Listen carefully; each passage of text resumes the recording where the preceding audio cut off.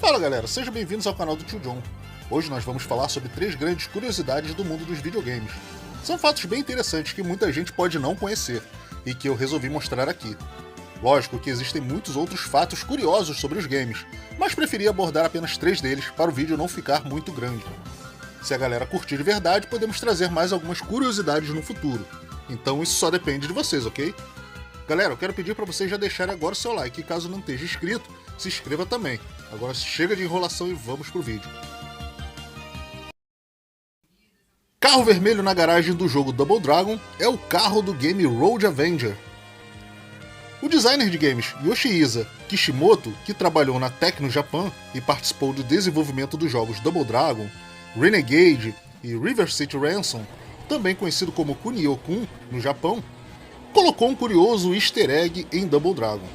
No início do jogo, quando Marion é sequestrada, a porta da garagem é levantada e revela os heróis que partem à procura dos vilões. Mas a grande curiosidade dessa cena é o carro vermelho que se revela dentro da garagem. Ele é baseado num Firebird Trans AM, o mesmo veículo que aparece no jogo Road Blaster, ou Road Avenger como é conhecido fora do Japão.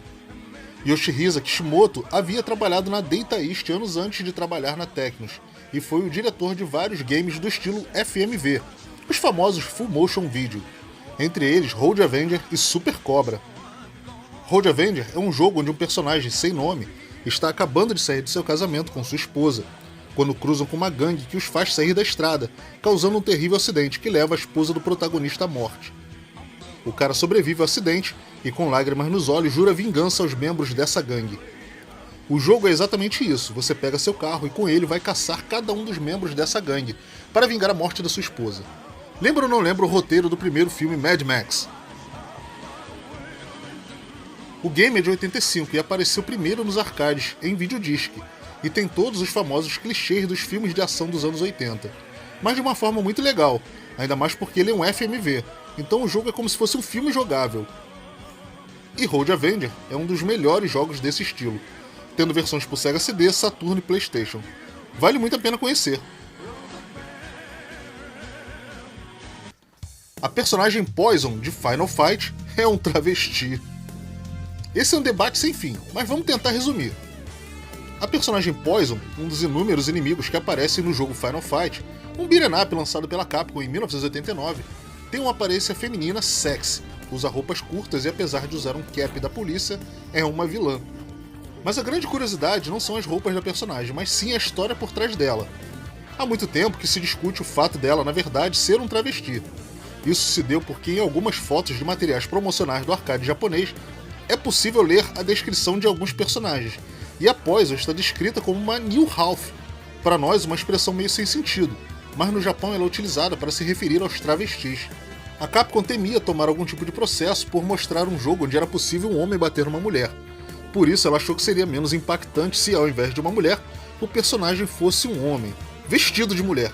Na versão americana de Final Fight do Super Nintendo, ela removeu completamente a Poison, substituindo ela por um punk chamado Billy, que pra falar a verdade ficou estranho pra caramba. Lembrando que toda essa história do gênero sexual da Poison só está presente na versão japonesa do game arcade. Na versão americana de arcade, ela é sempre referida como uma mulher. Outro detalhe bem revelador apareceu na coletânea Capcom Classics Collection. No perfil da personagem Poison é possível ler o seguinte texto: Poison cresceu no orfanato em Los Angeles, e apesar de ser um garoto, Poison escolheu usar roupas de mulher. Ele, quer dizer ela, sente que lutar é a melhor maneira de ficar em forma e também de manter o seu visual. Curiosamente, a personagem Roxy é uma mulher, e isso fica claro também no perfil dela, nessa mesma coleção. E dá para ler que ela não gosta nada dessa história do travestismo da Poison. Será que são amigas ou rivais? Não sei se faz muita diferença saber se a Poison é uma mulher ou não, e a própria Capcom não dá uma versão definitiva sobre o caso, deixando margem para interpretações. Mas em 2012, a Capcom lançou Street Fighter Cross Tekken, um excelente game de luta que incluiu a Poison no jogo. Nesse game, os fãs criaram diversos mods alternativos para as roupas dos personagens. Entre eles se destacam o Poison Revealed, que mostra isso aí que vocês vão ver.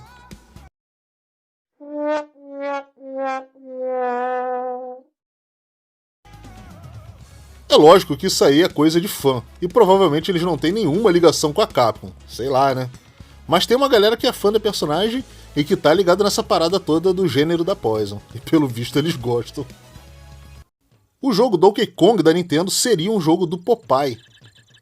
Donkey Kong é o jogo onde vimos pela primeira vez o personagem Super Mario da Nintendo. Nesse game, inclusive, ele nem tinha um nome e era chamado apenas de Jumpman. Mas o sucesso do game foi tão grande que ele logo apareceria em mais de 200 jogos depois. O curioso é que, na verdade, quem estaria no game Donkey Kong não era o Mario, mas sim o Popeye. No final dos anos 70 e começo dos anos 80, os jogos de arcade como Pac-Man eram um sucesso estrondoso em todo o mundo, e a Nintendo, de olho nessa grana, resolveu entrar nesse mercado. Para isso, ela entregou nas mãos de seu talentoso designer Shigeru Miyamoto a responsabilidade de criar um game tão cativante e viciante quanto os mais famosos da época. Tarefa nada fácil, né? Mas estamos falando de Shigeru Miyamoto, o criador de Zelda e Mario. Ele então pensou na ideia de usar um personagem famoso dos desenhos animados e criar um game baseado no universo desse personagem. A Nintendo já possuía os direitos de exploração de alguns personagens de desenhos, como Popeye e Mickey Mouse, para a produção de jogos de baralho. Então a ideia já estava com meio caminho andado. A escolha foi pelo marinheiro Popeye, que ajudaria a popularizar o jogo que a Nintendo estava desenvolvendo, por causa da fama do personagem em vários países. A ideia inicial era um jogo onde Popeye teria que resgatar Olivia, desviando de barris arremessados por Brutus, atravessando plataformas e vários desafios no caminho. Bom, como a produção do jogo demorou mais do que deveria, o presidente da Nintendo acabou desistindo da ideia de ter o personagem Popeye no game e resolveram mudar todos os detalhes que envolviam ele no game. Shigeru Miyamoto usou outra inspiração para compor os personagens do game, e ela veio do filme King Kong, sucesso na época. No final, Brutus virou um gorila, Olivia se tornou a Pauline e Popeye se tornou o carpinteiro Jumpman. Nessa versão, o carpinteiro maltratava seu gorila de estimação, que revoltado resolve sequestrar a namorada dele. Ou seja, o Super Mario nasceu meio que um vilão no primeiro game.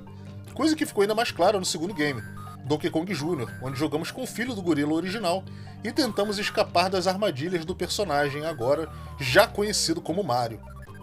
Com o sucesso de Donkey Kong, finalmente a Nintendo desenvolveu um jogo do Popeye, que foi lançado nos fliperamas e portado para vários consoles caseiros na época.